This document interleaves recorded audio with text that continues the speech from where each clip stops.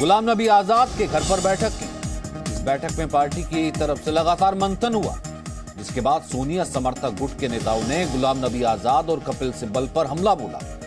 G23 के नेताओं ने पार्टी के एक तरफा फैसलों पर सवाल उठाए, जिन्हें चुनाव से ठीक पहले पंजाब में सीएम का चेहरा बदलने के राहुल के फैसले पर भी मंथन किया गया।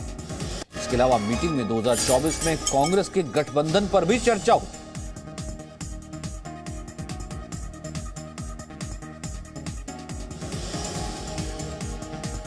तो G23 की बैठक के बाद एक चिट्ठी भी सामने आ रही है। G23 की इस चिट्ठी का संदेश साफ है, जिसमें कहा गया है कि बीजेपी के विरोध के लिए कांग्रेस का मजबूत होना बेहद जरूरी है।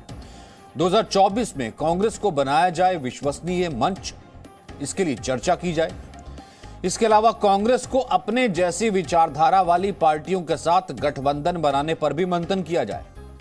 वहीं कांग्रेस छोड़ने वाले नेताओं के साथ आला कमान की बेरुखी पर भी सवाल उठाए गए।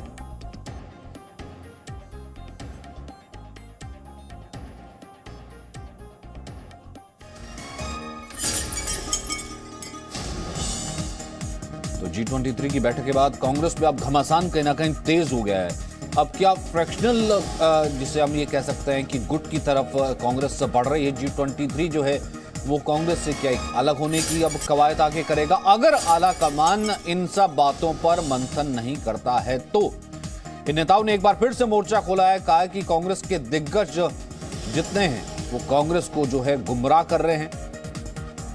सोनिया गांधी समर्थक गुटों ने लगातार फिर निशाना साधना शुरू कर दिया, गुलाम नबी आजाद पर, कपिल सिब्बल पर। यानी पार्टी के भीतर मंथन की बजाय अब इन नेताओं पर ही निशाना साधना शुरू हो गया, जैसे हमने कुछ दिन पहले अशोक गहलोत को भी देखा था। कहा गया है कि पार्टी की रणनीति की वजह से हार हुई है। पंजाब में सीएम का चेहरा बदलने के राहुल के फैसले पर भी मंथन किया गया। इसके अलावा मीटिंग में 2024 में कांग्रेस के गठबंधन पर भी चर्चा हुई।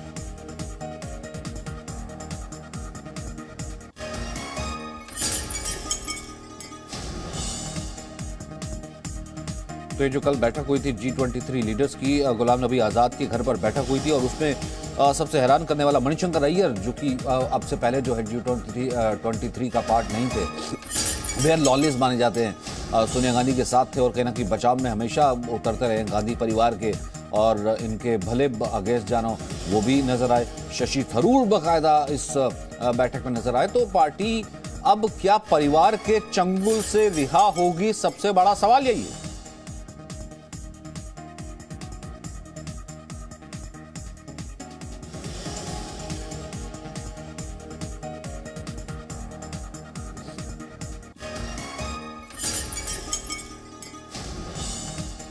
Presenting B News app, available on Google Play and App Store. Download it now.